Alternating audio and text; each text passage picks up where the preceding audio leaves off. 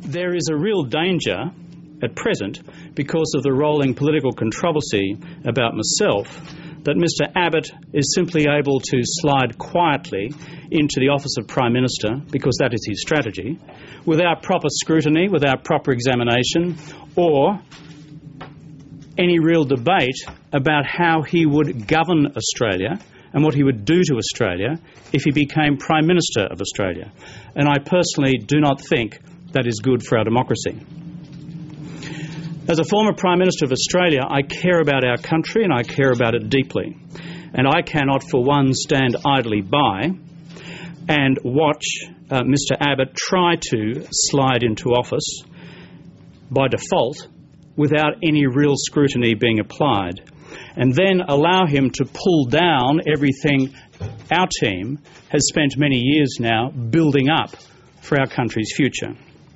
I can't be silent while knowing that Mr Abbott has opposed those measures which kept Australia out of the global recession, unique among the developed economies of the world.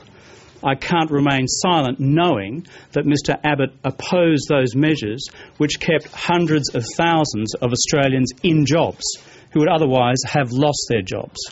But more importantly, I can't remain silent knowing that Mr Abbott would apply the same hands-off approach if Australia then confronted another global financial crisis, which is a very real possibility. I'm still haunted by what Mr Costello said about Mr Abbott years ago, that he could never make Mr Abbott his treasurer because Mr Abbott had no interest in the economy. That's not good enough.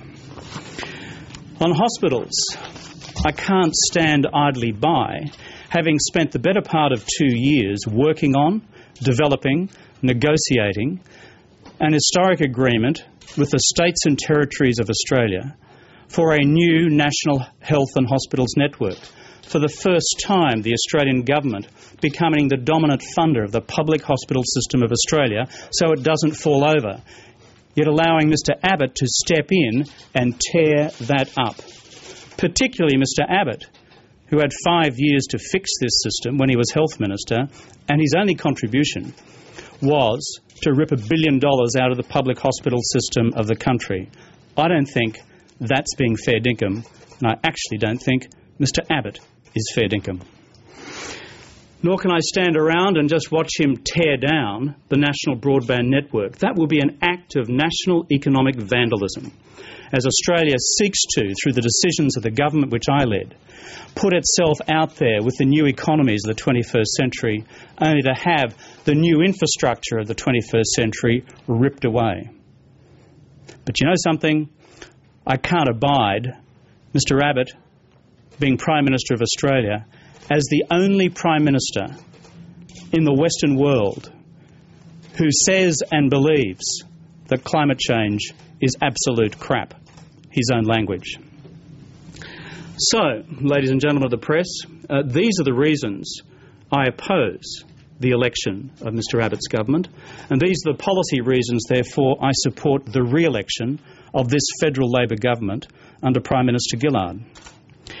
Because the work that we have begun in keeping the economy strong, the work we've begun in building our hospitals and building our schools, building our universities and building the national broadband network and acting on climate change, we've got to finish that work rather than have it chopped up halfway through.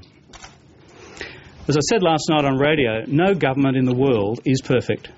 And let me tell you from personal and direct experience, the one that I led certainly was not. Nor is the current government, nor is any government. But let me say this proudly and clearly.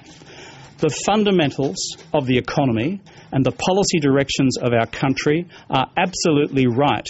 And if anyone out there doubts that, have one moment just to reflect on what is happening in the economies of every country in Europe and every country in North America. And ask yourself this question: where would I rather be? Where would I rather be? Today, I've been requested by Prime Minister Gillard to join the national campaign. I said back on the 24th of June that I was prepared to help. I meant it then, and I meant it now. I'm not a quitter. So, of course, I have said yes to that request. I'll be seeing my surgeon again on Saturday. I think I'll also be catching up with the Prime Minister on Saturday. And Sunday, all things being well, I'll be hitting the campaign trail.